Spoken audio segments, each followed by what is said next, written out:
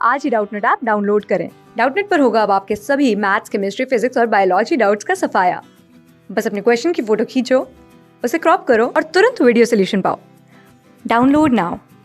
तो बच्चों यहाँ पे क्वेश्चन दे रखा है, गतिमान श्रोता को एक स्थिर ध्वनि स्रोत से दूर किस वेग से जाना चाहिए कि उसे वास्तविक आवृत्ति का 1/3 आवृत्ति ध्वनि सुनाई दे। ठीक है, वायु में ध्वनि की चाल 330 मीटर पर सेकंड है।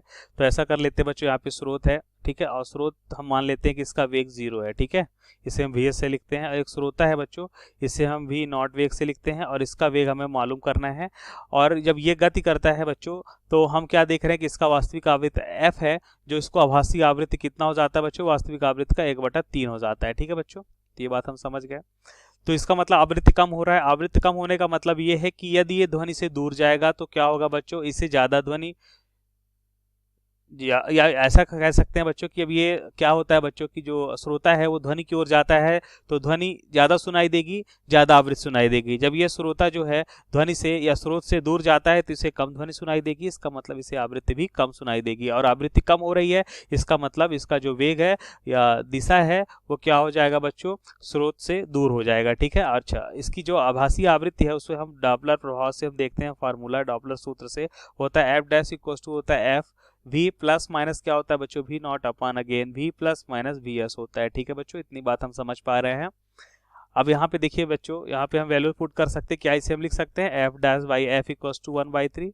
ये एफ को इधर डिवाइड कर दिया तो 1/3 आएगा बच्चों, इधर भी ये वाला एफ इधर लिख सकते हैं, तो इसके स्थान पे लिखेंगे 1/3। इसकी वैल्यू हमें पता है, ध्वनि का वेग है ये 330 हमें दे रखा है, देखो ध्यान से बच्चों 330 दे रखा है। और भी नॉट हमें कितना दिया तो हमें मालूम करना है। ठीक है बच्चों, यहाँ पे अपान भी, ये तो जीरो हो जाएगा। अब यहाँ पे प्लस होगा माइनस, ये थोड़ा समझना है बच्चों। तो हम जानते हैं बच्चों दूर जा रहा है तब इसका क्या हो रहा है बच्चों, ध्वनि या आवृत्ति कम हो रही है।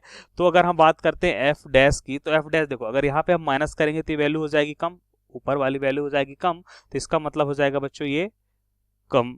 अगर ऊपर वाली वैल्यू कम है तो ये समानुपातिक है एफ डैश के, तो ये भी कम हो जाएगा, इसका मतलब माइनस होगा। ठीक है बच्चों, अब इन्हें सॉल्व कर लेते हैं। यहाँ पे ये वैल्यू भी 330 पुट कर लेते हैं, तो 1/3 इक्वल हो जाएगा बच्चों 330 डिवाइड बाई इसका डिवाइड करेंगे तो 330 माइनस का भी नॉट अपॉन 330। इतनी बात हम समझ पा रहे हैं बच्चों। ठीक है, ये हो जाएगा 1/3, ये हो जाएगा 1 माइनस भी नॉट अपॉन 330, ये वैल्यू इधर आएगी बच्चों। ठीक है, तो ये हो जाएगा भी not upon 330 this divide by 1 minus 1/3, तो ये हो जाएगा बच्चों 2/3। क्रॉस मल्टीप्लिकेशन करेंगे तो ये हो जाएगा बच्चों 330 इंटू 2/3। ठीक है बच्चों, तो ये हो जाएगा हमारा, ये कैंसिल हो जाएगा 110, तो ये हो जाएगा 220।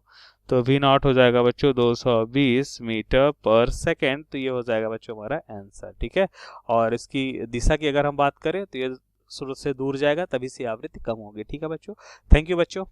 क्लास 6 से 12 से लेके नीट, IIT, JEE मेंस और एडवांस के लेवल तक 10 मिलियन से ज्यादा स्टूडेंट्स का भरोसा। आज ही डाउनलोड करें डाउटनेट ऐप या व्हाट्सएप कीजिए अपने डाउट्स 8400 400 400 पर।